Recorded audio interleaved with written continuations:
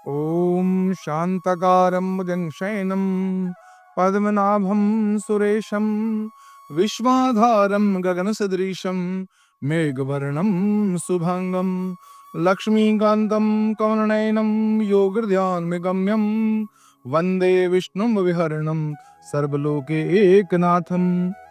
नमस्कार मित्रों, आपका हमारे चैनल में हार्दिक अभिनंदन है।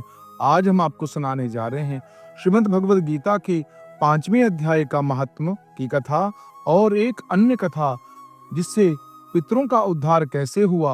आप भी उस कथा को सुनकर अपने पितरों के निमित्त ये कार्य अवश्य करें। अब करिए कथा का श्रवण। श्री भगवान कहते हैं, देवी, सब लोगों द्वारा सम्मानित 5वें अध्याय का महात्म संक्षेप में बतलाता हूँ, सावधान होकर सुनो। मध्य देश में पुरदसपुर नामक एक नगर है। उसमें पिंगल नाम का एक ब्राह्मण रहता था।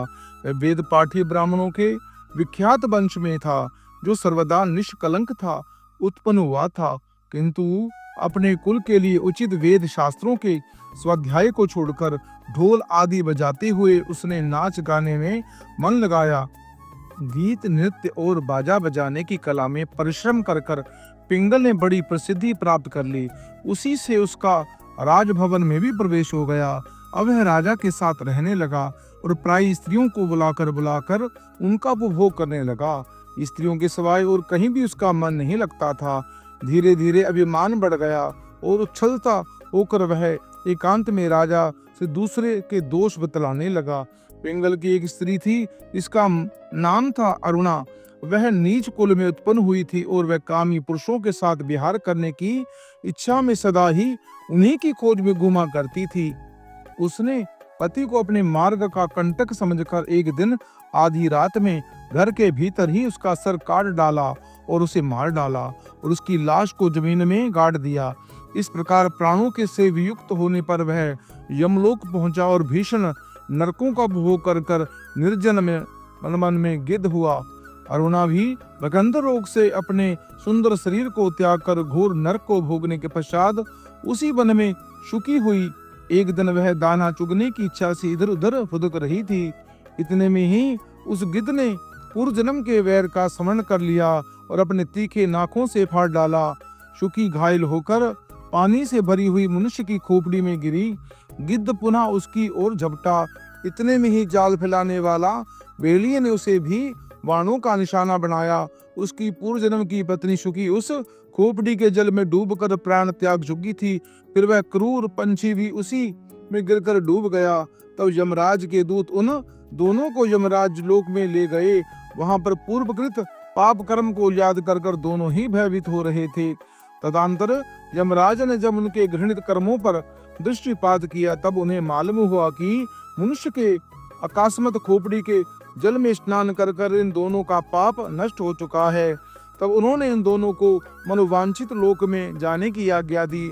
यह सुनकर अपने पाप को याद करते हुए वे दोनों ही बड़े विस्मय में पड़े और पास जाकर धर्मराज के चरणों में प्रणाम कर कर पूछने लगे, हे भगवान, हम दोनों ने पूर्व जन्म में अत्यंत घृणित पाप किया, संचय किया है, फिर भी हमें मनोवांछित लोकों में भेजने का क्या कारण है, बताइए। यमराज ने कहा, गंगा के किनारे बट नाम का एक उत्तम ब्रह्म ज्ञानी रहते थे। एकांत से भी मत रहित, शांत, विरक्त और किसी से भी द्वेष न करने वाले, वे प्रतिदिन गीता के 5वें अध्याय का जाप किया करते थे। उनका सदा ही नियम था, 5वें अध्याय को श्रवण कर लेना। महापापी पुरुष भी सनातन ब्रह्मा का ज्ञान प्राप्त कर लेता है। उसी के पुण्य के प्रभाव से शुद्ध चित्त होकर उन्होंने अपने शरीर का त्याग किया था। गीता के पाठ से उनका शरीर निर्बल हो गया था। जो आत्मज्ञान प्राप्त कर चुके थे, उन्हीं महात्मा की खोपड़ी का जल पाकर तुम दोनों पवित्र हो गए। अतः तुम दोनों मनोवांछित लोकों को जाओ, क्योंकि गीता के 5वें अध्याय के महात्म से तुम दोनों शुद्ध हो गए। श्री भगवान कहते हैं, सबके प्रति सम्मान भाव रखने वाले धर्मराज के द्वारा इस प्रकार समझाए जाने पर भी दोनों बहुत प्रसन्न हुए और विमान में बैठकर बैकुंठ धाम को चले गए। तो करिए दूसरी कथा का श्रवण श्रद्धा भक्ति भाव से। शास्त्रों में मनुष्य के लिए 3 प्रकार के ऋण कहे गए हैं, देव ऋण, ऋषि ऋण और पितृ ऋण। पितृ ऋण को श्राद्ध कर कर उतारा जाना आवश्यक है। वर्ष में एक बार पितरों की मृत्यु तिथि को पर चल जाने पर जौ, तिल, कुश और पुष्प को श्राद्ध कर कर गोग्रास देकर 3 या 5 ब्राह्मणों को भोजन करा देने से मात्र से यह ऋण उतर जाता है। पितृ ऋण इतने ही कार्य में प्रसन्न हो जाते हैं, अनुकंपा करते हैं। पुत्र को चाहिए कि माता पिता की मृत्यु तिथि को दोपहर काल में जब सूर्य किरणें पैरों पर स्पर्श करती हो तभी श्राद्ध तर्पण करना चाहिए। जिस स्त्री के पुत्र न हो वह स्वयं पति का श्राद्ध तर्पण कर सकती है। श्राद्ध की महत्वता बताती है एक पौराणिक कथा। श्रद्धा भक्ति भाव से श्रवण करें। जोगे तथा भोगे 2 भाई थे, दोनों ही अलग अलग रहते थे। जोगे धनी था और भोगे निर्धन। दोनों में परस्पर बड़ा प्रेम था। जोगे की पत्नी को धन का अभिमान था, किंतु भोगे की पत्नी बड़ी ही सरल हृदय की थी। पितृपक्ष आने पर जोगे की पत्नी ने उनसे पितरों का श्राद्ध करने के लिए कहा, तो जोगे को व्यर्थ का कार्य समझकर टालने की चेष्टा करने लगा, किंतु उसकी पत्नी समझती थी कि यदि ऐसा नहीं करेगा तो लोग बातें बनाएंगे।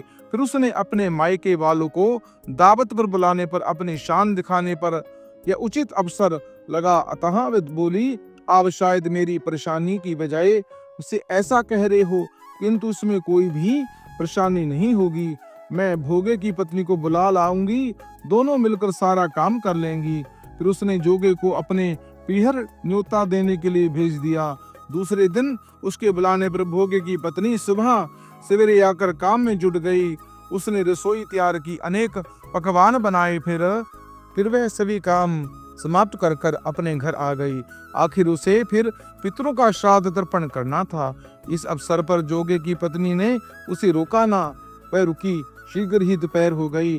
पितृभूमि पर उतरे जोगे भोगे के पितर पहले जोगे के घर गए तो देखते हैं कि उसके ससुराल वाले वहां पर भोजन में जुटे हुए हैं।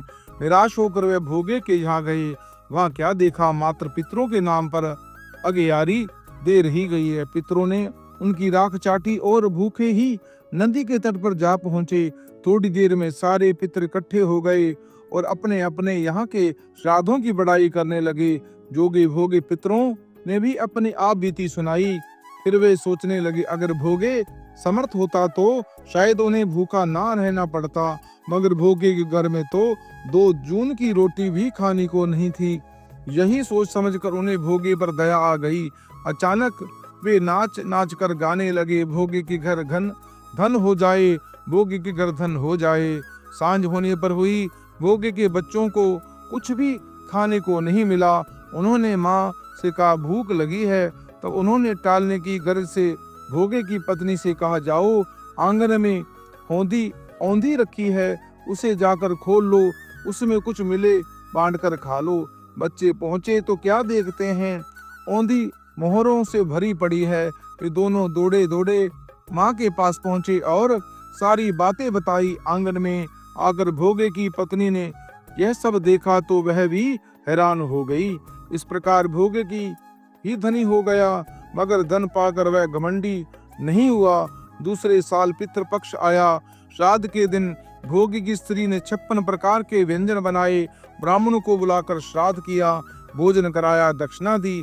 जेठ जेठानी की सोने चांदी के बर्तनों में भोजन कराया। इससे पितृ प्रसन्न हुए तथा तृप्त हुए। रात को जेठानी भोगे द्वारा किए गए श्राद्ध की प्रशंसा लगी रही। जोगे ने कहा, उसने सिर्फ श्राद्ध नहीं किया, तुम्हारे मुंह पर थूक भी दिया। जोगी की पत्नी को अपनी भूल का आभास हुआ। उसने निश्चय किया कि श्राद्ध के नाम पर मायके के साथ अपने ऐश्वर्य का प्रदर्शन करने के स्थान पर विधिवत श्राद्ध करेगी। अगले साल पितर आए और दोनों बेटों द्वारा किए गए श्राद्ध से प्रसन्न होकर उन्हें सुख संपत्ति प्रदान की और आज्ञाकारी संतान का आशीर्वाद भी दिया। मित्रों, इस प्रकार योगी और भोगे ने अपने पितरों को प्रसन्न करने के लिए श्रद्धा भक्ति भाव से अपने पितरों के निमित्त श्राद्ध तर्पण किया। अगर कोई भी इस कथा का श्रवण करता है, अपने पितरों के निमित्त श्राद्ध तर्पण करता है, उनकी समस्त मनोकामना पूरी होती हैं, घर में सुख शांति का वास होता है और भगवान की कृपा उन पर सदैव बनी रहती है। इस कथा को आप अपने इष्ट मित्रों को शेयर करें, पुण्य के भागी बने। हमारे चैनल को सब्सक्राइब करें, लाइक करें और कमेंट बॉक्स में ओम लक्ष्मी नारायण अवश्य लिखें।